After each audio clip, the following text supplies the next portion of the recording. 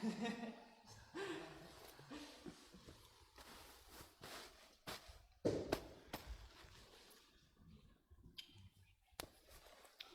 we'll sing this song, Gurudev Kripa Bindu Diya. If you have a cell phone, if you know it, or you have a songbook.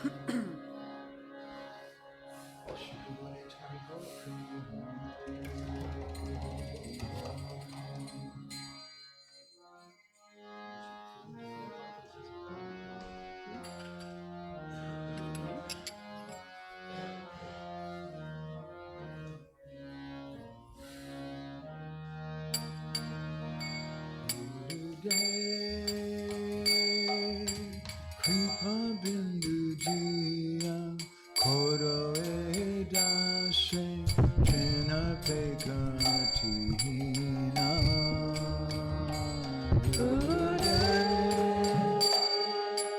Kripa bindu jiya koro edashe chena pekati hina. Gurudev Kripa bindu jiya koro edashe chena pekati hina. Gurudev Kripa bindu jiya koro edashe chena pekati hina. Shakala shahani baladiya koro vijamani shpriyahina. Shakala shahani baladiya koro vijamani shpriyahina. Shakala shahani baladiya koro vijamani shpriyahina. Sakala samahani baladiya koro vijamani shpriyahina. Gurudev shakale shamana korite shakati deho nata jata jata. Jata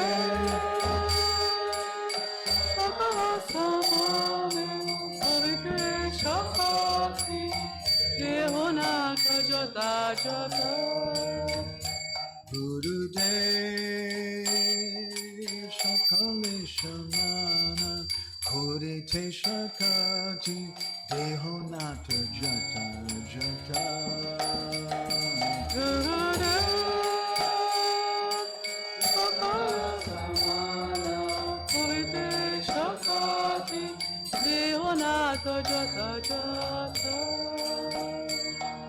Tavi chogaibo hari nama shuke aparada habihata.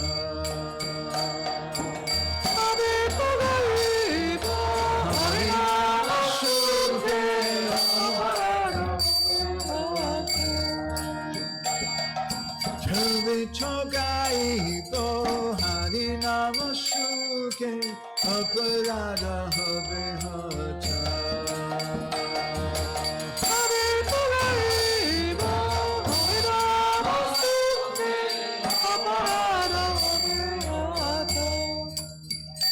Gurudev kabeho kripa labhiya he jana kritata hoy vinata. Gurudev kabeho kripa labhiya he jana kritata hoy vinata. Gurudev kabeho kripa labhiya he jana Krita Chahai Vinata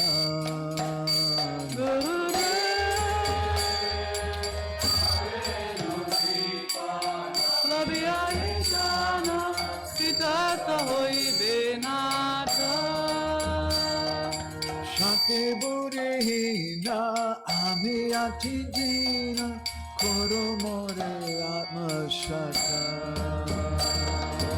Shakti Burihina Ami Atijina Koro More Atma Shaka Shakti Burihina Ami Atijina Koro More Atma Shaka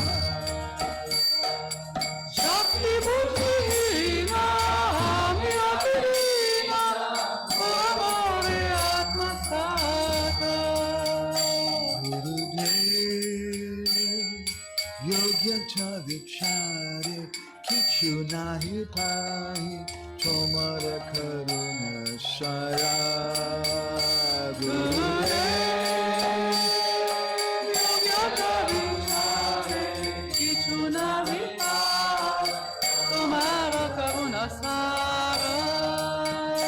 Gurudev Yogyata Vichare Kichu Nahi Pai Tomara Karuna Sara Gurudev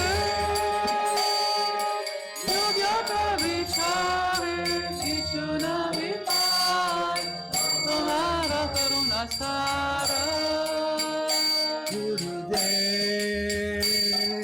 Yogyata Vichare Kichu Nahi Pai Tomara Karuna Sara Gurudev Yogyata Vichare Kichu Nahi Pai Tomara Karuna Sara Gurudev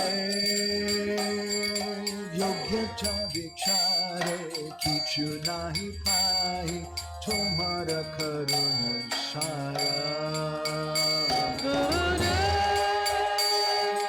Yogyata Vichare Kichu Nahi Pai Tomara Karuna Sara Karuna na hoile Kandiya Kandiya Kana nara kiboara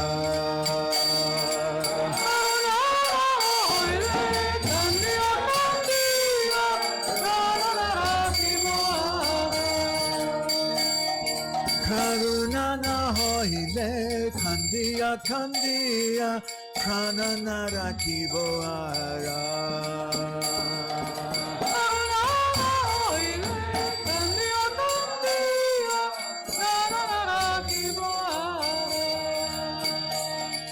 Karuna na hoile Kandiya Kandiya Prana nara kiboara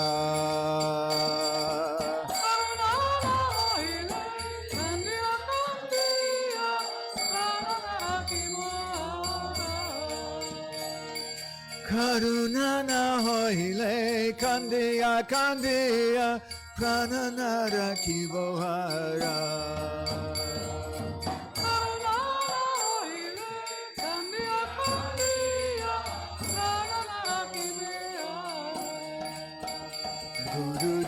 Gurudev Kripa Bindu Diya Koro Edase China Peka Hatihina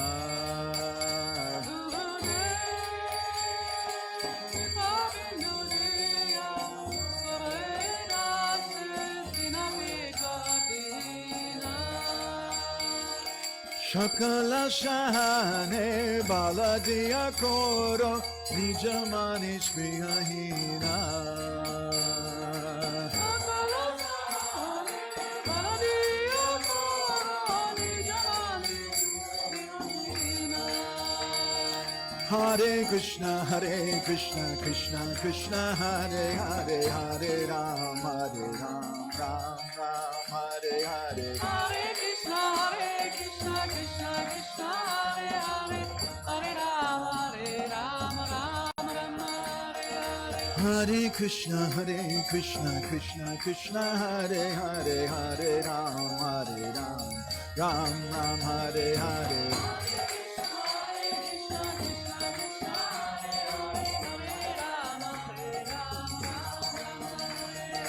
Hare Krishna, Krishna Krishna, Hare Hare, Hare Rama, Rama Ram, Hare Hare. Hare Krishna, Krishna Krishna, Hare Hare, Hare Rama, Rama Hare Hare. Hare Krishna, Krishna Krishna, Hare Hare, Hare Rama, Rama Hare Hare. Hare Krishna, Krishna Krishna, Hare Hare, Hare Rama, Rama Hare Hare. Gurudev, Gurudev, Gurudev, Jai Gurudev.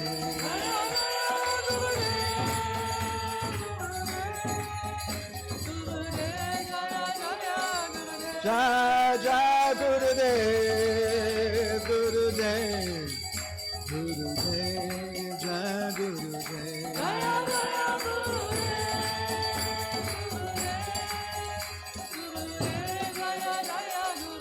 Jai Jai Prabhupada, Prabhupada, Prabhupada, Jai Prabhupada.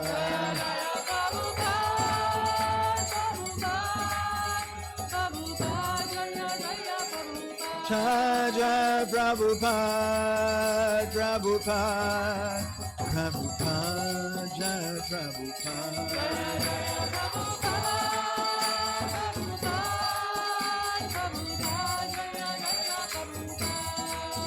Jai Bhaktisiddhanta Saraswati Prabhupada, Bhaktisiddhanta Saraswati Prabhupada.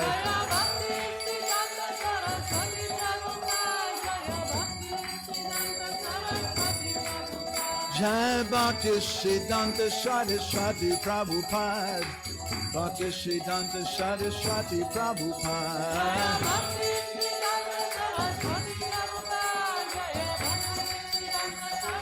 Nitai Gora Haribo, Haribo, Haribo, Gora Haribo.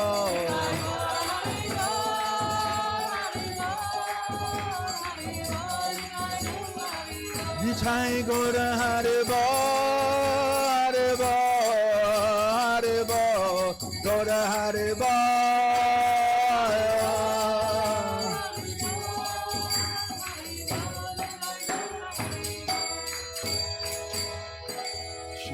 Jai Gaur Premanande, Hari Hari Bol.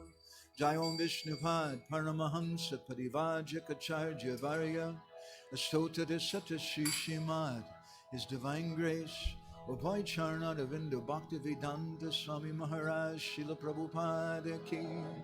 Jai Om Vishnupad Paramahamsa Parivajikacharya Varya Astota Sata Shishimad, His Divine Grace Singha Guru Srila Bhaktisiddhanta Saraswati Thakur Prabhupada Ki.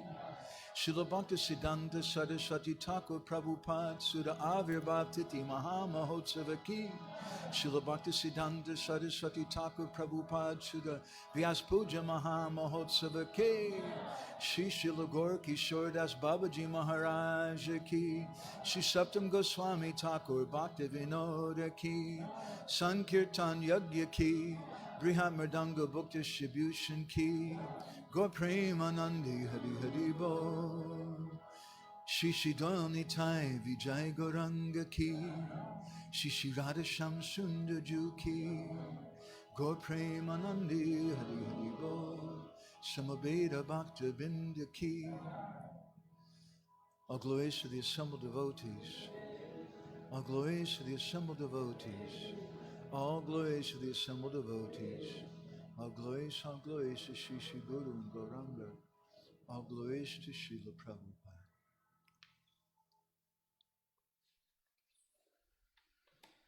Gaura Ganya Gana Gotra Goloruharam.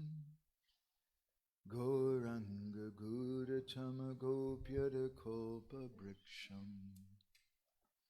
Gopala Gada Ratidam. Yati Singha Gora Govinda Deshikavaram Satatam Namami Nama Om Vishnu Padaya Krishna Prestaya Bhutale Srimate Bhaktivedanta Swaminiti Namane Namaste Saraswati Deve Gauravani Prachadane Nirvishesha Shunyavadi Paschachadi Shatarane Namo Vishnu Padaya Krishna Prestaya Bhutale Srimate Bhaktisiddhanta Saraswati Namane Shri Vaishabhanavi Devi Daitaya Kripabdaye Krishna Sambandha Vijnana Dayane Prabhave Namaha Madhuro Jala Premadya Shri Rupa Nuga Bhaktida Shri Gora Karuna Shakti Vigrahaya Namostute Namaste Gauravani Shri Murtai Dinatarane Rupanuga Virudhapa Apasiddhanta Dvanta Harane Uttama Adama Kichuda Bachida Jachiya Dileka Kola Kahe Premananda Emona Gauranga Hridaya Dariya Bola Vaja Gauranga Kaha Gaurang Laha Gaurangera Namare Jai Jana Gauranga Bhaje Se Hoyamara Pranare Hare Krishna Hare Krishna Krishna Krishna Hare Hare Hare Rama Hare Rama Rama Rama Hare Hare Yashaiva Padambuja Bhakti Labhya Prema Bidhana Padama Pumata Tasmai Jagan Mangala Mangalaya Chaitanya Chandraya Namo Namaste Chaitanya Chandraya Namo Namaste Chaitanya Chandraya Namo Namaste Madgavir Api Gopala Shri Kriyat Kripaya Jadi Tadaiva Sambhaya Pitva Rishya Yustat Priya Jana Shri Krishna Krishna Chaitanya Sasanatana Rupaka Gopala Raghunathabda Brajabala Bapahima Vancha Kalpatarubhyascha Kripa Sindhubhya Evacha Patitanam Pavanebhyo Vaishnavebhyo Namo Namah Jai Shri Krishna Chaitanya Prabhu Nityananda Shri Advaita Gadadha Shivasari Gaura Bhakta Vrinda Hare Krishna Krishna Krishna Hare Hare Hare Rama Rama Rama Hare Hare. So today is a very special day. Ma nagyon különleges nap van. It's the 150th anniversary of the appearance of one of the greatest acharyas in this age. Ennek a kornak az egyik legnagyobb ácsajájának a 150. születésnapjának évfordulója. Srila Bhaktisiddhanta Saraswati Thakur Prabhupada, who's our Paratpara Guru. Srila Bhaktisiddhanta Saraswati Thakur Prabhupadának, aki a Paratpara Gurudevánk. Our Param Guru, our next up is Srila Prabhupada. Our Paratpara Guru, the guru after that, is Srila Bhaktisiddhanta Saraswati. A Param Gurudevánk, ő Srila Prabhupada, és a Paratpara Gurudevánk, aki Az ő lelki tanítómestere, ő Srila Bhaktisiddhanta Saraswati This is Thakur Prabhupada. also the 28th anniversary of the disappearance of my revered spiritual master, Sri Srimad Gaur Govinda Maharaj, on this day. És ugyanez a nap az én igen tisztelt lelki tanítómesterem, Sri Srimad Gaur Govinda Maharaj eltávozásának 28. évfordulója. I might say a few words toward the end of our Katha about him in connection with Srila Bhaktisiddhanta, but I don't intend to speak about him today. Nem fogok róla beszélni ma, de egy pár szót lehet, hogy majd mondok Srila Bhaktisiddhanta Saraswati Thakurával kapcsolatban a Gurudévámról is. Last night I gave a talk online, something about him, which if anybody's interested, it's available on our YouTube channel. Tegnap este beszéltem az én Gurudévámról, és az, hogyha valakit érdekel, az a YouTube csatornán fent van. So this is a very important day for us. I'd like to contemplate some of the implications of it. Ez egy nagyon fontos nap számunkra, és fontos arra, hogy elgondolkodjunk azon, hogy ez mit is jelent számunkra. I'd like to consider something about the inner life of Srila Bhaktisiddhanta Saraswati, not what I was thinking to speak about, but a different subject. Nem úgy sikerült, amit terveztem eredetileg, hanem inkább a Srila Bhaktisiddhanta Saraswati Thakurnak a belső életéről szeretnék egy pár szót mondani. I have no qualification for that. Erre nyilván nincsen képesítésem. But just as a person who's very weak gets some strength by eating, de ugyanúgy, aki gyenge, az azzal, hogy eszik, azzal erőre kap. So in the same way we have some nourishment coming from the remnants of Gaura Krishna Prabhu and Maharani, who've spoken nicely the last couple of days. Ugyanígy Gaura Krishna Prabhutól és Maharanitól van egy kis ételmaradékunk, és akkor ez táplál minket. So we'll try to chew a little bit on their remnants and make a few comments. Maharani's going to really get on my case after this. Maharani nagyon le fog szídni emiatt a megjegyzésem miatt, de tényleg amiket ők mondtak, ahhoz egy pár dolgot szeretnénk hozzáfűzni. So, Gaura Krishna Prabhu spoke about a number of different topics, and there was a question at the end, was there any fallout on his method of taking sannyas? Amikor Gaura Krishna Prabhu beszélt, akkor hát egy nagyon sok témát megérintett, de a végén volt egy kérdés, hogy volt-e valami probléma abból, hogy ő szanyászt vett, és úgy, ahogy szanyászt vett. And that subject was also continued by Maharani a little bit. És egy kicsit Maharani is érintette ezt a témát. And I think both of them, or at least Gaura Krishna, also mentioned something about Radharaman Charan Das Babaji. És Radharaman Charan Das Babajinak a neve is feljött Gaura Krishna Prabhu leckében. So there's a little bit of a foundation I'd like to just touch on those two subjects. És egy kis megalapozásként ezt a két témát szeretném kicsit megérinteni.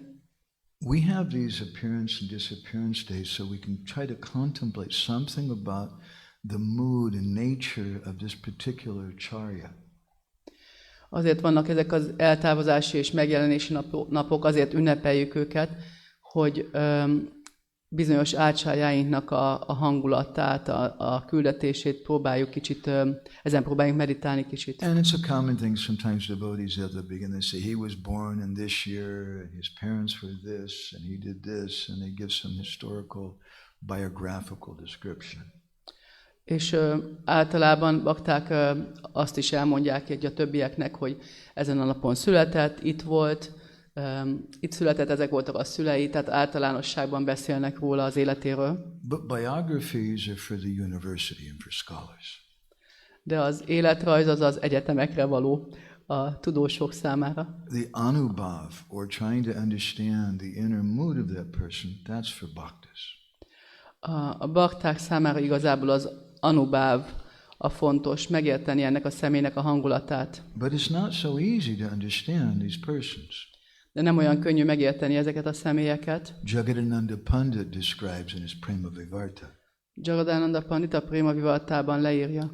Vaishnava Chiniti Nai Devara Shakati, that even the demigods whose senses are a heck of a lot more powerful than ours, and their intelligence a lot greater. They can't understand a pure devotee. Leírja, hogy még a félistenek sem képesek megérteni egy tiszta baktát, pedig az ő érzékeik nagyon sokkal élesebbek, mint a miénk, és sokkal fejlettebbek is. When we try to understand such persons, sometimes we do it, to use a big word, which is sometimes used by Srila Bhaktisiddhanta, we try to do it in a lexicographical way. Srila Bhaktisiddhanta Maharaj szerette használni ezt a szót, ezt a lexikografikális, hát hogy szó szerint próbálunk valamit megérteni. Lexicography is the art or the science of making a dictionary. A lexikográfia az a szótárkészítés művészete. So the lexicographical approach means to approach through, like trying to understand through letters in a definition of someone. A lexikografikus tehát azt jelenti, hogy valamit a szó szerint, a betű szerint, a szabályok szerint próbálunk megközelíteni. With our Srila Prabhupada, they'll say, he traveled around the world over 14 times, he opened 108 temples, he wrote over 100 books. They'll give some numbers like that. Mint hogy Prabhupádról el tudjuk mondani, hogy 14-szer körbeutazta a világot, ennyi és ennyi könyvet írt, ennyi templomot nyitott. But it doesn't really help us to understand that person. De ez nem a személyt magát, ez nem annyira segít még megérteni. Sometimes we try to understand Srila Bhaktisiddhanta and we say, he was the guy who was really heavy. Néha próbáljuk megérteni Bhaktisiddhanta Maharajot, hogy ő volt az, aki nagyon kemény volt. I know a story. Tudok egy történetet. Once he engaged in a debate with a famous Mayavadi. Egyszer egy híres Mayavádival vitatkozott. And he defeated him so intensely that Mayavadi had a body movement in his pants. És olyan keményen legyőzte, hogy a természet hívásának ott helyszínen engedelmeskedett. Persons who were against him were so afraid of him, they would go to the opposite side of the street when he would come. Voltak, akik annyira féltek tőle, akik így ellenezték, hogy átmentek az utca túloldalára, hogyha meglátták. And he's famous as the Singha Guru, the lion guru. És a Simha guruként, az oroszlán guruként híres. And don't compromise, just cut off their heads and take no prisoners and preach like that. Cut off their heads and? Take no prisoners. Ne hezitálj, ne habozzunk, csak vágjuk le a fejüket. Nem kell börtönbe tenni őket, csak végezzük ki őket itt a helyszínen. Hát nincs kompromisszum. But as Gaura Krishna Prabhu pointed out, interestingly, one of his friends growing up was Radharaman Charandas Babaji. De hogy Gaura Krishna Prabhu rámutatott, az egyik barátja igazából Radharaman Charandas Babaji Maharaj. And later, Srila Bhaktisiddhanta became very upset with him when he introduced this mantra, Bhajanita Gaur Radhi Sham, etc. És később Bhaktisiddhanta Maharaj nagyon dühös lett rá, amikor bevezette ezt a mantrát, amit nem mondunk el. But Bhaktivinoda Thakur was friends with Radharaman Charandas. Bhaktivinoda Thakur viszont a közeli barátja volt. I have to understand a little something about Srila Bhaktisiddhanta. Let's look a little bit at his father. Hogy megértsük kicsit jobban Bhaktisiddhanta Maharajot, nézzük meg az apukáját. I have a scholar friend who did his PhD thesis from the University of Chicago on Bhaktivinoda Thakur. Van egy tudós barátom, aki a Chicagói egyetemen ebből írta a doktoriát Bhaktivinoda Thakurból. My friend is from Kolkata. And he's a native speaking Bengali. Egy kalkuttai személy, akinek bengáli az anyanyelve. And so he was reading some of the original articles of Bhaktivinoda Thakur and Sajjana Toshini that haven't been translated. And he was also seeing some of the letters between Srila Bhaktisiddhanta and his brother Lalit Prasad Thakur. Így aztán Sajjana Toshiniból olyan cikkeket olvasott Bhaktivinoda Thakurtól, amelyek nincsenek lefordítva angolra, és Bhaktisiddhanta Saraswati Thakur és a testvére, fivére Lalit Prasad Thakur közötti levelezést is jól elolvasta. And he said he came across an article in Sajjana Toshini where Bhaktivinoda Thakur glorifies Ramakrishna. És talált egy olyan cikket, ahol Bhaktisiddhanta Thakur dicsőíti Ramakrishnát. Now, for those of you who know something about Ramakrishna, that may come as a bit of a surprise. Azok számára, akik ismerik, vagy tudnak valamit Ramakrisnáról, ez lehet, hogy meglepetés lesz. Srila Prabhupada and Srila Bhaktisiddhanta were not very appreciative of him. Csak mondjuk úgy, hogy sem Srila Prabhupada, sem Bhaktisiddhanta Maharaj nem nagyon értékelte őket. And Bhaktisiddhanta Thakur, he said that I don't agree with him, but he's a sadhu, and I respect him. Bhaktisiddhanta Thakur azt mondta, hogy nem értek vele egyet, de ő egy szádu, és tisztelem őt. I just mention that because it's not that Srila Bhaktisiddhanta's style of preaching is the only way. Ezt azért említem, hogy értsük meg, hogy nem Bhaktisiddhanta Saraswati Thakurnak a prédikálási módszere az egyetlen út. Actually, I really don't like the word preaching. It's a Christian word. A prédikálás szót amúgy sem szeretem, ez egy keresztény szó. Our word is prachar, brajeti prachar, as Krishnadas sings in his song Jai Radhe Jai Krishna Jai Vrindavan. Brajeti prachar. We're sharing the mood of Vrindavan. Mi pracsárt végzünk, sőt, brajete pracsát, ahogy Krishnadas mondja ebben az énekben, vagyis megosztjuk a vrindávani hangulatot másokkal. And each different acharya is something, they're the antaranga shakti of the Lord. És minden ácsájánk az Úr antaranga shaktiya.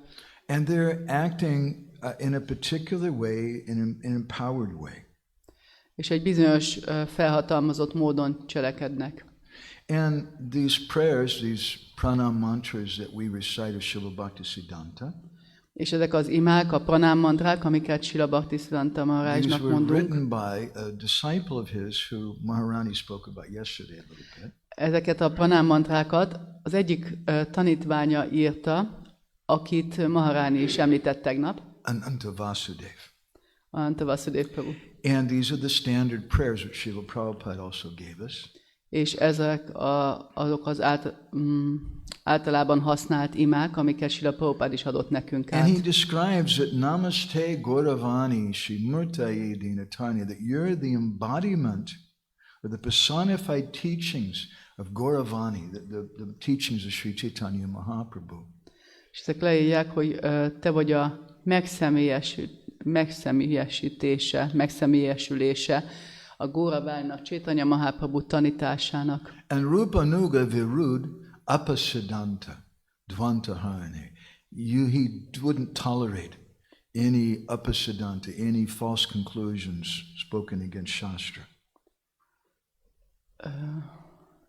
Shastra? Rupa. És leírja, hogy nem toleráltál semmilyen olyan végkövetkeztetést, ami a sásztrával ellentétes lenne. He's not always so well understood. Nem annyira értik mindig meg Bhaktisiddhanta And I'd like to Maharajot. look a little bit at the question that was asked to Guru Krishna Prabhu. Was there any feedback, what was the word, negative response to his method of taking sannyas? Szóval szeretném ezt a kérdést megválaszolni, amennyire szeretnék erről beszélni, hogy volt-e valamilyen negatív visszajelzés, amikor ő úgy vett szanyászt, ahogy szanyászt vett. Let me preface my comments with a little bit of a social observation. Először hadd tegyek egy ilyen társadalmi megfigyelést. We're discussing this matter in our ISKCON temple here in Budapest. Mi erről most itt, Budapesten, az ISKCON templomban beszélünk. And most of us, maybe none of us, have really been very much exposed to having association with persons really outside of the line of Srila Prabhupada. És nem nagyon volt olyan kapcsolatunk legtöbbünknek olyan személyekkel, olyan vaisnavákkal, akik Prabhupád vonalán kívül vannak. And you don't need to. És nincs is erre szükség. Because everything you need is right here. Mert amire szükségetek van, az mind itt van. However, some of us are also doing some scholarly work. De vannak közülünk, akik kicsit ilyen tudós munkát is végeznek. And the work of a scholar is not necessarily the same as the work of a devotee. És egy tudósnak a munkája nem mindig ugyanaz, nem feltétlenül ugyanaz, mint egy baktának. But the work of the scholars in the line of Srila Bhaktisiddhanta Saraswati is to defend him against outside criticisms. De egy tudósnak a munkája ebben a helyzetben az, hogy megvédje Srila Bhaktisiddhantát a külső személyektől jövő kritizálástól esetleg. You have to be aware of what they're saying. És ahhoz, hogy ezt meg tudjuk tenni, tudnunk kell, hogy mit mondanak. I'll give you an example. Adok egy példát. Srila Shivaram Maharaj has written this book about Bhagavad Gita. Srila Shivaram Maharaj írta ezt a könyvet a Bhagavad Gítáról. And to write that book, he defends Srila Prabhupada's commentary, but to do that he had to look at so many criticisms of Srila Prabhupada. Nagyon szépen megvédi Srila Prabhupada magyarázatait, de ahhoz, hogy ezt meg tudja tenni, ahhoz el kellett olvasnia azokat a dolgokat, amik negatívak, tehát amik kritizálják ezeket a magyarázatokat. So Srila Bhaktisiddhanta Saraswati, he was like a huge earthquake in the Gaudiya Vaishnava line. Srila Bhaktisiddhanta Saraswati egy nagy földrengés volt a Gaudiya vonalban. He came at a certain time and he saw that this mission, this message of Sri Chaitanya Mahaprabhu was being tied up in the hands of some Kula gurus and some Babajis. Eljött egy bizonyos időben, és látta, hogy Sri Chaitanya Mahaprabhunak ezt az üzenetét a Kula guruk és a Kazgoszvámik a markukban tartják. So he had to cut that seeming connection between the two. És ezért el kellett vágnia ezt az úgynevezett vagy látszólagos kapcsolatot velük. I'd like to read you a little something of the last words of Srila Bhaktisiddhanta Saraswati. Szeretném a Srila Bhaktisiddhanta Saraswati Thakur utolsó pár szavát idézni. He spoke these words just a few days before he left on the 23rd of December 1936. 36. december 23-án mondta ezeket, pár nappal azelőtt, hogy elment. And those words were collected by the devotees. És ezeket a szavakat a bakták megőrizték. Later they were translated into English and printed in a magazine called Back to Godhead. És lefordították angolra, és a Vissza Istenhez nevű magazinban, című magazinban nyomtatták ki. And this is a translation that our Srila Prabhupada gave of those words. És ez az a fordítás, amit a mi Srila Prabhupádunk végzett, Bhaktisiddhanta Maharajot ő fordította. He said, I've most probably given many people troubles in the mind. Valószínűleg sok embernek okoztam nagy elme problémákat. Some of them might have thought about me that I'm their enemy. Vannak közülük, akik talán az ellenségükként gondoltak rám. Because I was obliged to speak the plain truth for service and devotion toward the absolute Godhead. Mert kötelességem volt, hogy az egyszerű igazságot beszéljem el, az abszolút istenség iránti szolgálatból és odaadásból. I've given them all those troubles only for the reason that they may turn their face towards the personality of Godhead. Ezt a sok problémát, ezt csupán azért okoztam nekik, hogy végre fordítsák az arcukat az Istenség legfelsőbb személyisége felé. Without any desire for gain and with unalloyed devotion. Tiszta, vegyítetlen odaadással és minden nyerességre való vágy nélkül.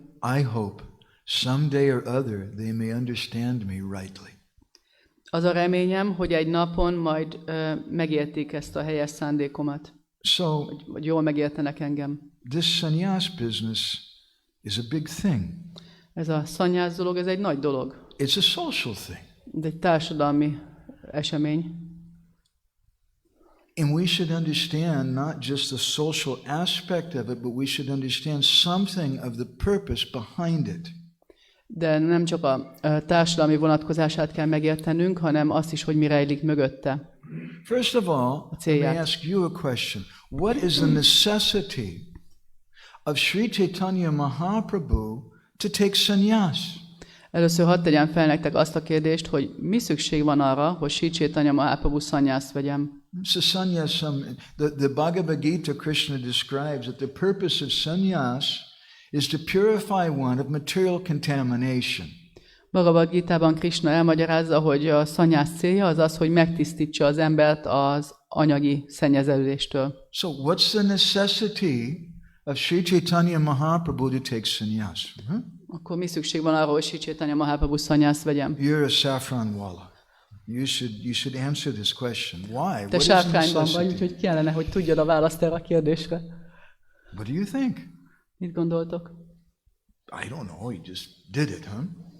Nem tudom, hát ezt csinálta. No, we should understand. Nem, értsük meg. There's a bahiranga karan and an antaranga karan, an external reason and an internal reason. Van egy külső és egy belső oka ennek. We find the external reason described in the Chaitanya Bhagavat. A Chaitanya Bhagavat leírja a külső okot. That some devotees were criticizing him. Hogy voltak bakták, akik kritizálták őt. Why were they criticizing him? Miért bírálták? Because he made up a mantra. Mert kitalált egy mantrát. And he wasn't chanting Hare Krishna. És nem énekelte a Hare What was he Krishnát. chanting? Mit énekelt helyette? Gopi, Gopi. Azt, hogy Gopi, Gopi. And some of the Brahmins went to Chaitanya Mahaprabhu and they gave him some good advice. És a brámanák közül egy páron oda mentek Chaitanya Mahaprabhuhoz, és jó tanáccsal látták el. You should chant Hare Krishna. Miért ezt a Gopi Gopit énekled, amikor a Hare Krishnát kell Harinama, énekelned? Harinama, Harinameva Kevalam. This is the holy name of Krishna. What is this? Gopi, Gopi. Krishna szent nevét énekeld, ne ezt a Gopi Gopit. They couldn't understand the inner mood of Sri Chaitanya Mahaprabhu. Nem értették Sri Chaitanya Mahaprabhu belső hangulatát. And they got a little excited when Mahaprabhu became angry, picked up a stick and started chasing him to beat them. És kicsit izgalomba jöttek, amikor Chaitanya Mahaprabhu felemelt egy botot, és űzni kezdte őket. And the Brahmins started criticizing him. És akkor a brahmanák bírálni kezdték So őt. Madhavananda Thakur says that Mahaprabhu thought, "Ooh, this is very bad. I came to deliver everyone." És akkor Madhavananda Thakur mondja, hogy ez nagyon rossz, vagy Chaitanya Mahaprabhu gondolta, hogy ez nagyon rossz, mert azért jöttem, hogy mindenkit felszabadítsa. I came to the Uttam, the Adam, everyone. He came to deliver the most fallen, the most elevated, everyone. Azért jöttem, hogy Uttama, Adam, ahogy a legemelkedettebbet és a legelesebbet But now these Brahmins, is felszabadítsam. De most ezek a brahmanák are criticizing me. Kritizálnak engem. They'll go to hell. Elmennek a pokolba. So I have to do a trick. Ezért be kell csapnom őket. So what did he do? Mit csinált? He took sannyas. Szanyászt vett. In the line of Sripad Shankaracharya. Sripad Shankaracharya vonalában vett Because szanyászt. that's who everybody respected. Mert mindenki őt tisztelte. And by doing that, it was, we could say, a bit of a preaching trick. És mondhatjuk, hogy ez egy ilyen prédikálási trükk volt. Now there's also an internal purpose behind his sannyas. Persze van egy belső oka is a szanyásznak.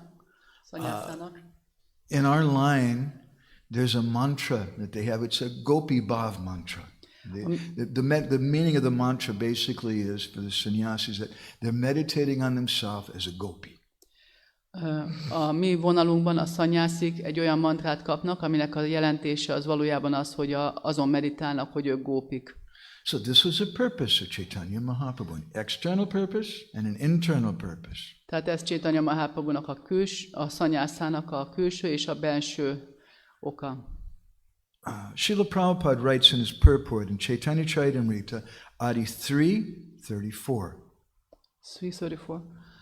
Chaitanya Charitamrita Adi Lilájának 3. fejezetének 34. versében Srila Prabhupada magyarázatban ezt írja. During the time of Lord Chaitanya, this is under the heading of Sannyas and Srila Bhaktisiddhanta. During the time of Lord Chaitanya, the influence of Shankaracharya in society was very strong. Shankaracharya ideje alatt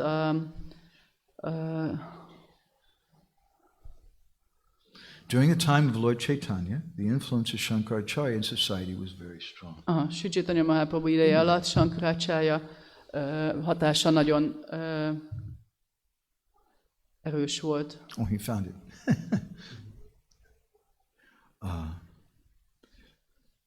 People thought that one could accept sannyas only in the disciplic succession of Shankaracharya. Az emberek azt gondolták, hogy csak a Shankaracharya vonalában lehet elfogadni szannyászt. Lord Chaitanya could have performed his missionary activities as a householder. Az Úr Chaitanya családosként is végezhette volna a küldetését. But he found householder life an obstruction to his mission. De azt találta, hogy a családos élet akadálya a missziójában. Therefore he decided to accept the renounced order, sannyas. Ezért úgy döntött, hogy elfogadja a szannyász rendet. Since his acceptance of sannyas was also designed to attract public attention, Lord Chaitanya, not wishing to disturb the social convention, took the renounced order of life from a sannyasi in the disciplic succession of Shankaracharya. Miután az, hogy elfogadott szannyászt, annak az is volt a célja, hogy a közvéleményt odavonza. Az Úr Chaitanya nem akarta megzavarni a társadalmi szokásokat, és ezért egy olyan szannyászitól fogadott el szannyászt, aki Shankaracharya vonalában volt. I had a lot of things I wanted to talk about today. But the time is eating me. Yeah, so we're going to finish soon. In the early 20th century, at the time of Bhaktivinoda and Bhaktisiddhanta, a 20. század elején Bhaktivinoda és Bhaktisiddhanta idejében Maharani and Gaur Krishna Guru spoke about the social climate at that time. It's very important for us to understand. Ez nagyon fontos számunkra. Gaura Krishna Prabhu és Maharani főleg beszélt az akkori szociális millióról. The intellectuals at that time were very, in Kolkata, were very impressed with Western ideas. Az intellektuális réteget, főleg a kolkatai intelligenciát nagyon vonzották a nyugati elképzelések. And the Brahmo Samaj and other groups have become popular largely by combining some Western concepts with Indian tradition. És a Brahma Samaj és más csoportok azzal lettek igazából sikeresek, hogy nyugati elképzeléseket az indiai hagyományokkal ötvöztek. In 1897, the Ramakrishna mission began. A Ramakrishna misszió 1897-ben kezdődött. And they did a similar thing. They took some Western ideas, some Western concepts. És ők is hasonló dolgot csináltak, fogtak egy pár ilyen nyugati elképzelést. With some Indian tradition. És ötvözték az indiai hagyományokkal. And they started something which really had not been done before then. És olyasmit csináltak, amit azelőtt még soha senki. They made a religious institution. Vallásos intézményt alapítottak. And they started printing books and distributing books. És elkezdtek könyveket nyomtatni és osztani. They made ashrams. Ashramokat alapítottak. And in the ashrams they had brahmacharis and they had sannyasis. És az ashramjaikban voltak brahmacharik és szannyászik. And they were wearing shoes, they were driving in cars. És cipőt viseltek, autót vezettek. It so happens that the early architect of Srila Bhaktisiddhanta's movement, his disciple, was one of the leading members of the Ramakrishna mission before he came to Srila Bhaktisiddhanta. És az egyik Bhaktisiddhanta Saraswati Thakurnak az missziójának az egyik korai vezetője épp a Ramakrishna misszióban volt, mielőtt Bhaktisiddhanta Maharajjal találkozott. So am I suggesting that Srila Bhaktisiddhanta took these ideas from the Ramakrishna mission? I don't know. Arra utalok el, hogy talán Bhaktisiddhanta Maharaj a Ramakrishna misszióból vette ezeket a dolgokat. It's really not important to me. Mert nem ez a fontos. What's important to me is that I see he was empowered by Sri Chaitanya Mahaprabhu to do what he did. Ami fontos számomra az az, hogy Sri Chaitanya Mahaprabhu felhatalmazta őt, hogy azt tegye, amit tett. But historians may find some interesting points there. De a történészek lehet, hogy találnak egy pár érdekes dolgot ebben a vonatkozásban. So in March of 1918, on Guru Purnima Day, at the age of 44, Srila Bhaktisiddhanta took sannyas. 1918 Guru Purnima napján 24 évesen Srila Bhaktisiddhanta Maharaj szannyászt vett. From a picture of Gorkishore Das Babaji, who himself had never taken sannyas. Gorkishore Das Babaji Maharaj képétől vett szannyászt, így 44 évesen, Gorkishore Das Maharajtól, aki maga nem volt szannyászi. And it created a storm of controversy, which is still going on to this day. És egy olyan ellentmondást kavart fel ezzel, ami még a mai napig is folyik. There's one prominent Vaishnava at the time wrote some commentary on Chaitanya Charitamrita, and he criticized heavily Srila Bhaktisiddhanta's adoption of saffron cloth and sannyas. Volt egy prominens Vaishnava, aki a Chaitanya Charitamritához írt magyarázatot ebben az időben, és ő nagyon komolyan bírálta a Bhaktisiddhanta Maharaj szannyászát. But they don't understand his purpose. De nem értették a célját. I'd like to read you something from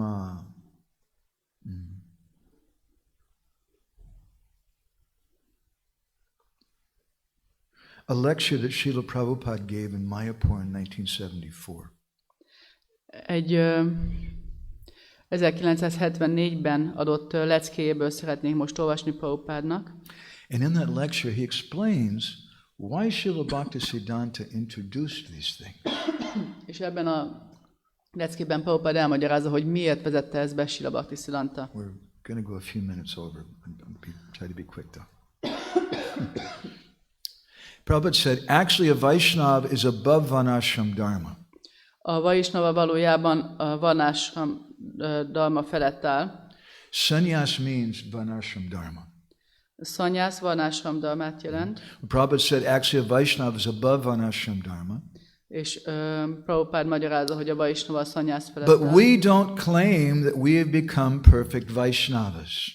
De mi nem állítjuk azt, hogy tökéletes Vaishnavákká váltunk. We are not so impudent.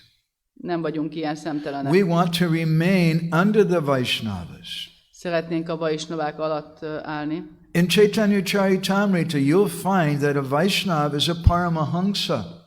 A Chaitanya Charitamritában azt találod, hogy a Vaishnava Paramahamsa. A Vaishnava has no saffron cloth. Vaishnavának emiatt nincsen sáfrányruhája. A Vaishnava wears white cloth. A Vaishnava fehér ruhát visel, Because a Vaishnava is Paramahamsa. mert a Vaishnava Paramahamsa. But we don't claim the position of being a Vaishnava. De mi nem állítjuk magunkról, hogy Vaishnavák vagyunk, We nem veszünk want fel to ezt a remain helyzetet, the servants of the Vaishnavas. hanem a Vaishnavák szolgái akarunk maradni. Therefore, this sannyas order is below the position of Vaishnava. Ezért ez a szannyász rend, ez a Vaishnava pozíció alatt áll. The order of sannyas is a material classification. A szannyász rend az egy ilyen anyagi klasszifikáció, But Vaishnava is paramo nirmatsranam satam, a paramahamsa free from envy. de a Vaishnava egy Paramahamsa, aki mentes az irítségtől. And sagunan samatitjaitam brahmabhuyaya kalpate, above the material modes of nature. És Szagunán Szamatitjajtán, hogy felette áll a kötőerőknek. The position of being a Vaishnava is not an easy thing. Vaishnavának lenni nem könnyű dolog. It is above all material qualities. Ez minden anyagi tulajdonság felett áll. Therefore, Srila Bhaktisiddhanta Saraswati Thakur introduced sannyas Ezért vezette be Srila Bhaktisiddhanta Saraswati Thakur a szannyászt, so as not to become imitators of Rupa, Sanatan, the Goswamis of Vrindavan. They are Paramahamsas. azért, hogy ne váljunk Rupa, Sanatan és a Vrindavani Goswamik utánzóivá, ők a valódi Vaishnavák.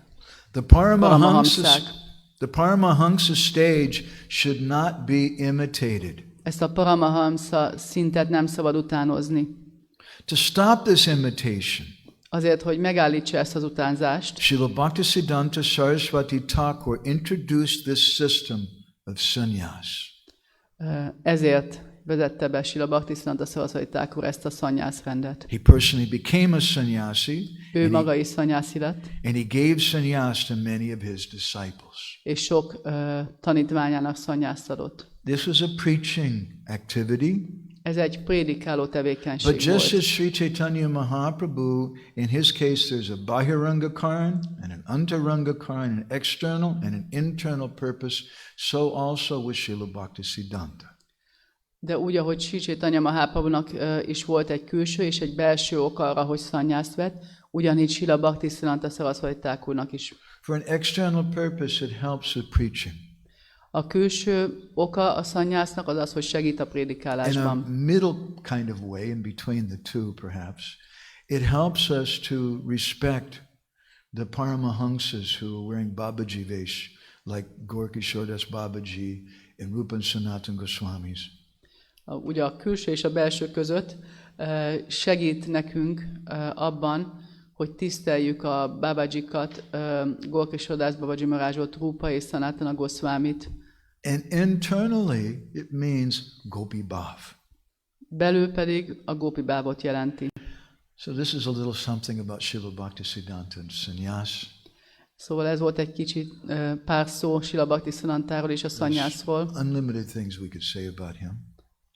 Végtelenül sok dolgot mondhatnánk róla. And on this day, his 150th day of his appearance, we like to remember him. És ezen a napon a 150. A születésének 150. évfordulóján szeretnénk emlékezni rá. But not in a lexicographical dictionary kind of way. De nem lexikografikus szó szerinti értelemben, We want to understand something about his inner purpose, his inner mood. hanem valamit a benső céljáról, a benső hangulatáról próbáljunk I megérteni. had a lot of things I wanted to say about that, but at least we got one of them. This sannyas is one important one. Nagyon sok mindent akartam még erről a belső hangulatról mondani, de legalább a szanyászról sikerült valamit elmesélni. I don't know anything. I'm just taking the remnants of Gaur Krishna Prabhu and Maharani. Nem tudok semmit, csak Gaur Krishna Prabhu és Maharani maradékán rákcsálódok. Sri Srila Bhaktisiddhanta Saraswati Thakur Prabhupada ki, Srila Hesi Bhaktivedanta Swami Prabhupada ki, Gaur Premanandi. Oh, really? Oh, Krishnam Sepan. He's Vaishnav Das. And I want to be Vaishnav Das Anudas. So he's giving me an instruction, he's giving me Ashirbhav. Ashirbhav means a benediction. Áldást kaptam ettől a Vaishnav Dásztól, That I can keep going. It's legal. hogy még beszélhetek, és ez legális. I can continue until 9 o'clock. Jó, akkor még tudunk beszélni 9-ig. So, and I'd like to try to have a little bit of time for questions and answers. És megpróbálom úgy intézni, hogy legyen egy kicsi idő legalább kérdésekre is. Again, I'd like to try to draw a little bit of a contrast between what we think of Srila Bhaktisiddhanta and what he really is, or what I see him as.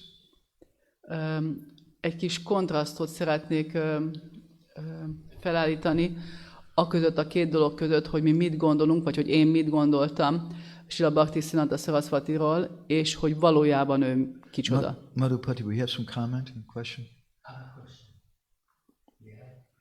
Okay. I want to take most of the questions at the end, but Madhupati will do now. It's okay. Maybe we should even take questions for this previous section because we're going to go into another, right? Shall we wait? Okay. I got to give time then. I'd like to read you something that this was a letter Srila Bhaktisiddhanta wrote about the qualifications to live in the temple. Egy levélből szeretnék most olvasni, amelyet Srila Bhaktisiddhanta arról írt, hogy milyen képesítéssel rendelkezzen valaki, aki templomban lakik. I'm sure all the devotees living in the ashram here will appreciate it because you're all completely following strictly exactly what he says here.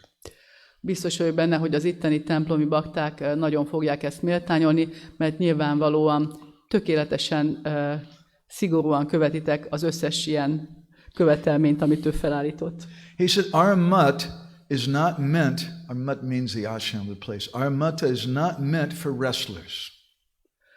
A mi matánk, vagy ashramunk nem a birkózóknak van. Nor do aristocrats need to live in the mutt. Az arisztokratáknak sem szükséges itt élnie. Only Lord Hari's devotees should live in the mutt. Csak az Úr Hari baktái éljenek a mathában. If we remove the people in the mutt who are fond of eating and enjoying intimate association with women, the mutt's expenditures and problems will diminish. Ha eltávolítjuk azokat az embereket a mathából, akik szeretnek enni, és akik szeretnek nők bensőséges társaságát élvezni, akkor a matha kiadásai és problémái azonnal csökkenni fognak. We have to send home those proud and independent people who don't follow the mutt's rules and regulations. Haza kell küldenünk azokat a büszke és független embereket, akik nem követik a matha szabályait és előírásait. And who neither follow the spiritual master's orders nor display humility. És azokat, akik nem képesek sem követni a lelki tanítómester utasításait, se nem alázatosak ezzel kapcsolatban. If the result is that we have less manpower, we are content. Ha ennek az lesz az eredménye, hogy nagyon kevés emberünk marad, elégedettek leszünk. We should not allow those who are not interested in worshiping Hari, but who aspire for profit, adoration, distinction, women, and wealth to live in the temple. Nem szabad, hogy megengedjük azt, hogy olyanok is éljenek a mathánkban, akiket nem érdekel az, hogy Harit imádják, hanem akik nyerességet, imádatot, megkülönböztetést és nőket akarnak, és gazdagságot. Next sentence. Nem élhetnek sokáig az ilyenek a templomban. Next sentence. In their hearts, such people are opposed to the principles of the ashram. A szívünkben ezek a személyek ellenkeznek az ashramban éléssel. They think, I've lived in the ashram for a long time.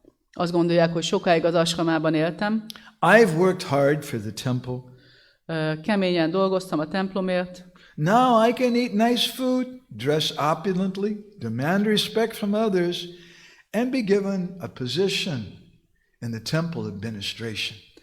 És így aztán most már ehetek szépen, öltözhetek nagyon gyönyörűen, tiszteletet követelhetek másoktól, és arra is szükség van, hogy pozíciót kapjak a templom adminisztrációban. We should never encourage such ideas because they are opposed to devotional service. Soha se biztassuk az ilyen elképzeléseket, mert ezek szembe szállnak az odaadó szolgált elveivel. Such mentalities develop when living entities indulge in doubt, blasphemy, and idle talk. Az ilyen elképzelések csak akkor jönnek, hogyha a kétségekben merül valaki, tehát a kétségeit táplálja, kritizál, vagy pradzsalpázik. We should not be proud and think, I am expert, intelligent, a good speaker, and a good singer. Soha se legyünk büszkék, és gondoljuk azt, hogy szakértők vagyunk, intelligensek, szépen tudunk beszélni, és jól énekelünk. These thoughts are averse to devotional service. Az ilyen gondolatok ellenkeznek az odaadó szolgálattal. We need to feel ourselves lower than the straw on the street. Arra van szükség, hogy a szalmaszánál is a fűszánál is alacsonyabbnak érezzük magunkat. If anyone attacks or criticizes us, we should tolerate it and simply chant Krishna's name. Ha bárki megtámad vagy bírál minket, akkor ezt tűrjük el, és egyszerűen énekeljük Krishna nevét. We should think that today the Lord has mercifully awarded us the opportunity to become humbler than a blade of grass. Arra gondoljunk ilyenkor, hogy ma az Úr nagyon kegyesen megadta nekem azt a lehetőséget, hogy alázatosabb legyek a fűszálnál. When someone blasphemes us, we should know that the Lord is awarding us a benediction through those from whom trouble is inevitable. Ha valaki kritizál bennünket, akkor tudjuk azt, hogy az Úr áldást ad nekünk azokon keresztül, akiktől a baj amúgy is elkerülhetetlen lett volna. From our lexicographical understanding of our Paratpara Guru, he's the Singha Guru, the lion guru. A Parat Gurudevánk lexikográfikai megértése szerint ő a mi oroszlán gurunk, a Singha Guru. But he also has a very soft heart. De nagyon puha szíve is van, nagyon lágy szíve. And sometimes some harshness is required for the preaching mission. És néha szükség van a prédikáló misszióban valamilyen kemény hangulatra. One of Srila Bhaktisiddhanta's disciples was named Srila Bhakti Rakshak Sridhar Maharaj.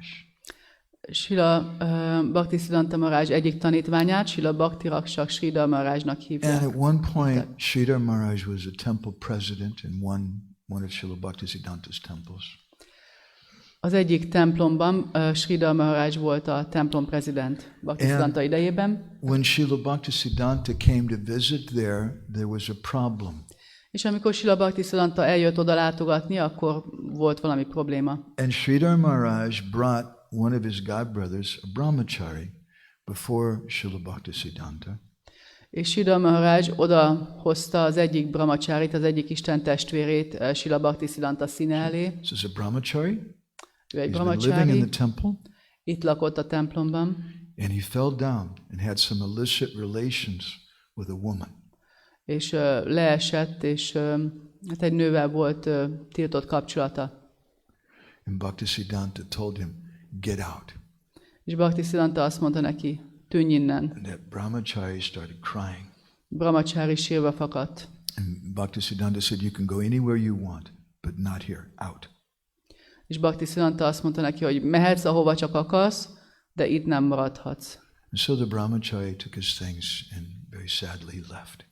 És a brahmachari összefogta a dolgait, és nagyon szomorúan elkódolgott. As soon as he left, Srila Bhaktisiddhanta turned to Sridhar Maharaj and said, now, go bring him back. És amint kilépett az ajtón, Srila Bhaktisiddhanta mondta Sridhar Maharajnak, na most akkor gyorsan menjél, és hozd őt vissza. And Sridhar Maharaj, he said, but Guru Maharaj, how can I do that? You've rejected him.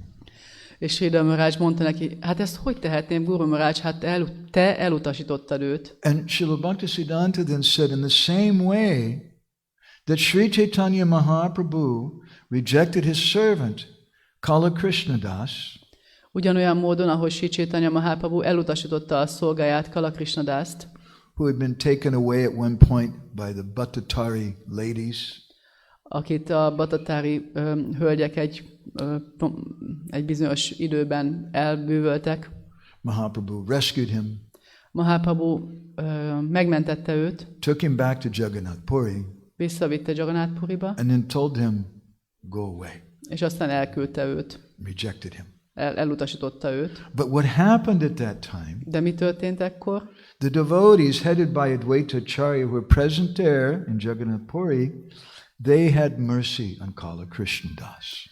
Azok a bakták, akik ott voltak Jagannath Puriban Chaitanya Mahaprabhuval, Advaita Acharya vezetésével, ők kegyet mutattak Kala And so Krishnadasnak. they made an arrangement that he would get some special mercy.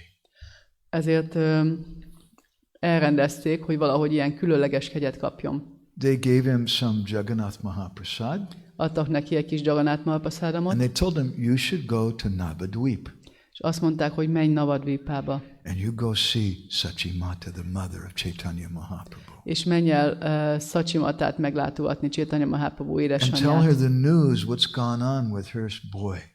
és mondd el neki hogy milyen hírek vannak, hogy mi folyik a fiával. And certainly, Kala Krishnadas must have gotten some wonderful blessings from Sachi Mata.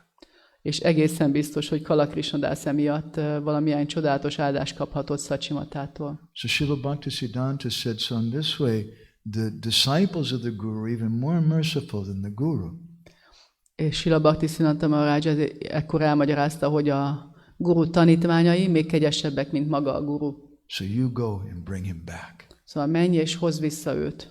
So we can see the external, but we should think hard, try hard with our hearts to understand the internal mood of Srila Bhaktisiddhanta. Láthatjuk a külsőt is, de próbáljunk mélyre ásni, a szívünkbe menni, és megérteni Srila Bhaktisiddhanta Maharaj belső hangulatát.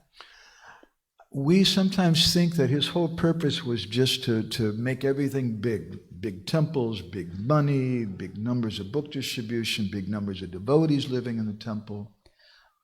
Mi azt gondolhatjuk, hogy neki az egész célja csak az volt, hogy mindent nagyjá tegyen, hogy legyenek nagy templomok, nagy könyvosztás, nagy számú követő. But he wrote an article in January of 1932 in a Harmonist magazine. De 1932-ben a Harmonist magazinban megjelent egy cikke. He said there, it is of course no proof of the real success of any religious movement that it has been able to secure the allegiance of a large number of professed followers. Természetesen nem bizonyíték semmilyen vallásos mozgalom sikerére az, hogy képes volt egy nagy számú követők hadát összegyűjteni. Jumping down a few sentences. The method of Sri Gaura Sundar is that as soon as a person has found his spiritual nature due to the causeless mercy of a bona fide devotee, he should give up all other occupations and engage in full-time chanting of the name of Krishna. Sri Gaura Sundar módszere az, hogy amint az ember megtalálta a valódi lelki természetét, egy hiteles bakta kegyének köszönhetően, akkor azonnal adjon fel minden más elfoglaltságot, és teljes idejében énekelje Krishna nevét. He should go door to door, chanting the holy name with a loud voice. Menjen ajtóról ajtóra, és hangosan énekelje a szent nevet. Like Shamlal Prabhu.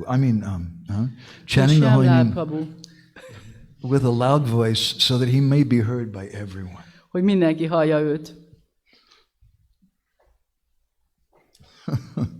Krishna is to be hawked.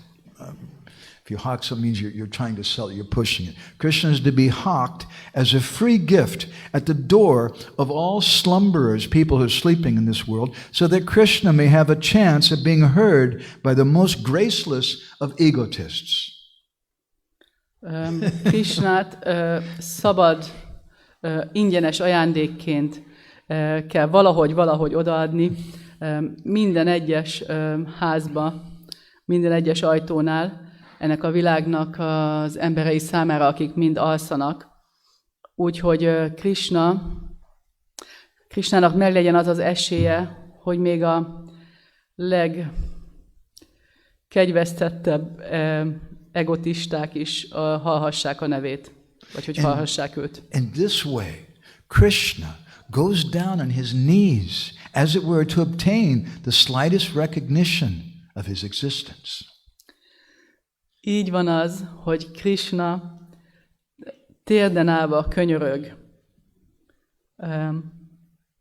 hogy a létezését legalább egy egész picit ismerjék el az ilyen emberek.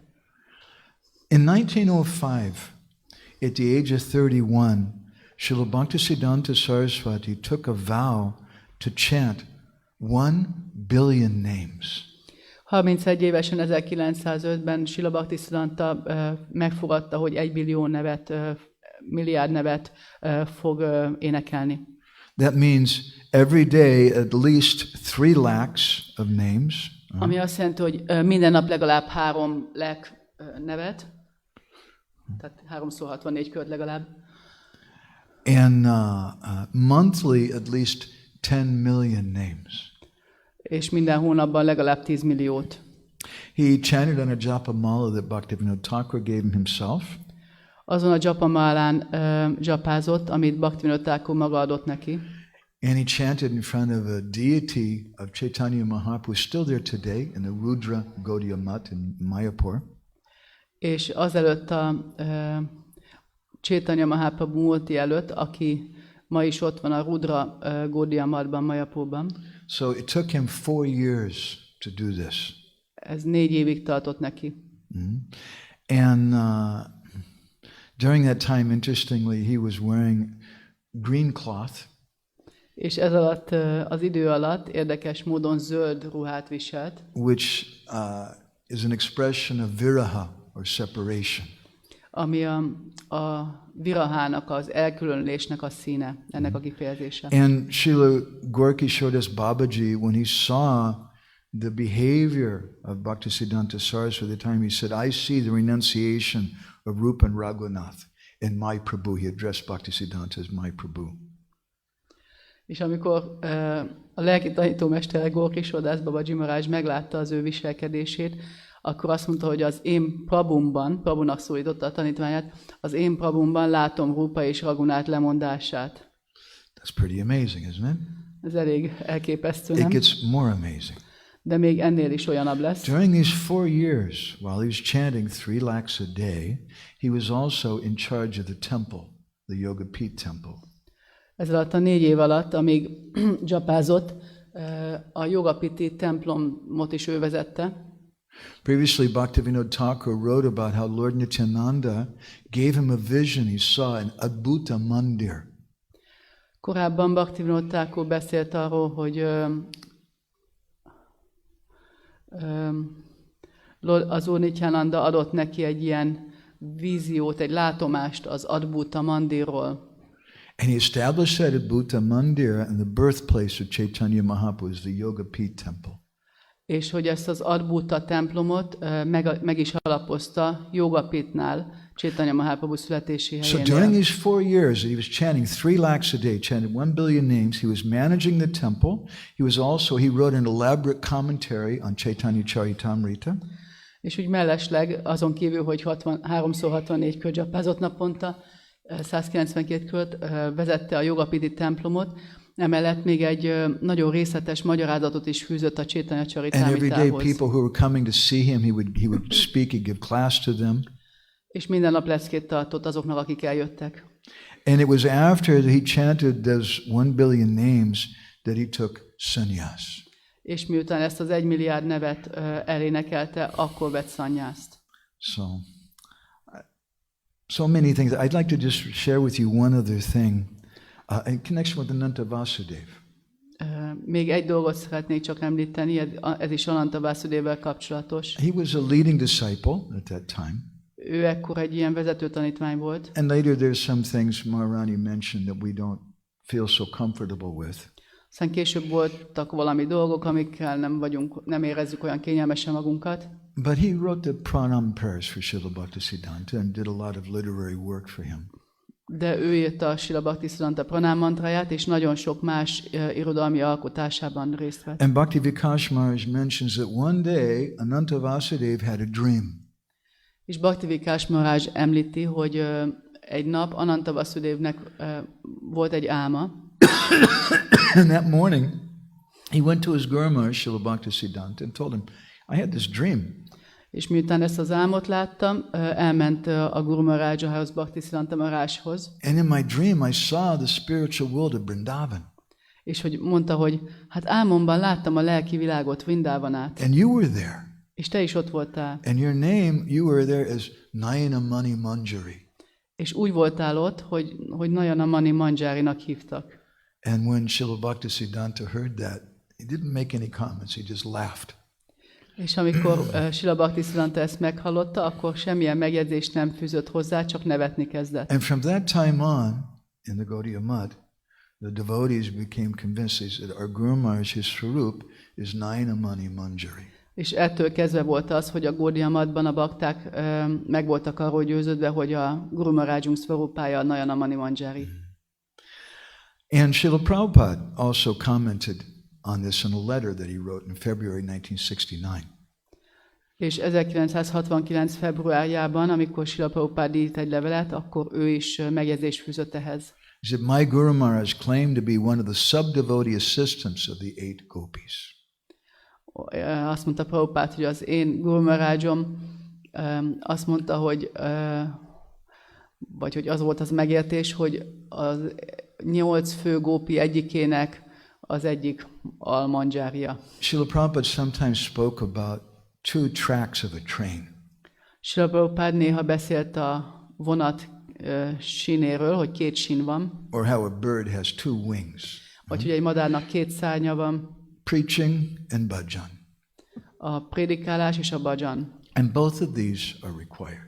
És mind a kettőre szükség van. And we can see this very wonderfully in the life of Srila Bhaktisiddhanta Saraswati. És ezt csodálatos módon lehet látni Srila Bhaktisiddhanta Saraswati életéből. He had an internal life. Volt egy benső élete. He chanted 1 billion names. 1 milliárd nevet énekelt. In Alarnath he had a vision of Krishna. It's another long story. Másik hosszú történet, Alarnath falvában, ott látta Krishnát. And as Srila Prabhupada explained in his letter, Srila Bhaktisiddhanta revealed himself to be Nayana Mani Manjari. És feltárta magát, ahogy Prabhupada magyarázza ebben a levélben, mint Nayana Mani Manjari. But that aspect was something private. De ez az aspektus, ez egy ilyen bensőséges, privát dolog volt. The other aspect is a Singha Guru, the lion-like guru. A másik aspektusa az volt, hogy ő a Singha Guru, az oroszlán guru. And similar to the Ramakrishna mission, he established temples and ashrams, did book distribution, had brahmacharis and sannyasis. És a Ramakrishna misszióhoz hasonlóan voltak templomai, ashramai, könyveket nyomtatott és osztott, voltak brahmacharik. These 2 tracks of the train, Prabhupada said, these are how we progress in our spiritual life. És Prabhupada magyarázta nekünk, hogy a 2 sínen haladunk előre a lelki életünkben. And these 2 tracks of this train are also how we can understand our Para Guru, Srila Bhaktisiddhanta Saraswati. És ugyanez a 2 sín az, amin keresztül meg tudjuk érteni a mi Parat Gurudevánkat, Srila Bhaktisiddhanta Saraswati Thakurt. So I'm going to stop there. Itt most már tényleg megállok. And maybe I'll get in trouble, but I'm going to take a question from Madhupati Prabhu. You forgotten? No, you got the answer. Oh, you got the answer. Okay. Okay. Can we take 1 or 2 questions or something? Is anybody? Maharani, do you want to add anything? Not too angry with me? Okay. Krishna Sepan. Okay. Anybody else with anything? Otherwise, we'll go ahead and stop. It's such an important thing on these days to meditate on the mood of these personalities. Nagyon-nagyon fontos számunkra, hogy ezeken a napokon ezeknek a személyiségeknek a hangulatán meditáljunk. By meditating on them, by praying to them, we hope to capture some of their special mercy. Azzal, hogy meditálunk rajtuk és imádkozunk hozzájuk, abban reménykedünk, hogy valami különleges kegyet tudunk kapni tőlük.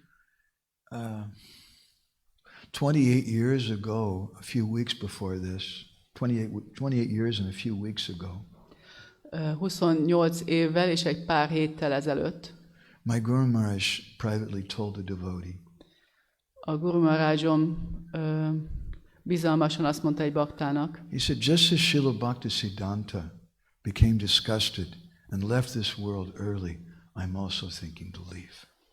Ugyanúgy, ahogy Srila Bhaktisiddhanta megundorodott a világtól, és időnek, hogy mondják ezt, tehát hogy nem várta ki az idejét, hogy elmenjen, hanem hogy időnek tehát hogy hamarabb elment.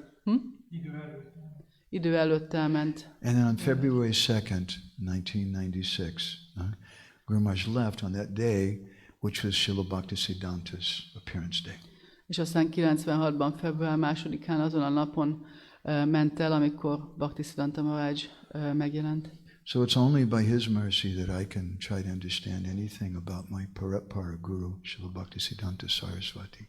És csak az én Gurudevám kegyéből lehetséges az, hogy én valamit is megértsek az én Parad Gurudévámról, Srila We pray Bhaktisiddhanta for Srila Maharajról. Bhaktisiddhanta's mercy, but we have our connection through our Gurudev. Imádkozunk Srila Bhaktisiddhanta kegyéért, de a kapcsolatunk vele a Gurudévánkon keresztül van. And through our Srila Prabhupada. És a mi Srila Prabhupádunkon keresztül. So we'll go ahead and stop there. Srila Bhaktisiddhanta Saraswati Thakur Prabhupada ki, Srila Bhaktisiddhanta Swami Prabhupada ki, Sri Dwalnitai Vijay Gaurangaju ki, Gaur Premanandi, Vanchakalpadarubhischa Kripa Sindhubhyeva Cha Patitanam Pavanebhyo, Vaishnavebhyo Namo Namah Ananda Kori Vaishnav Brinda ki Jai.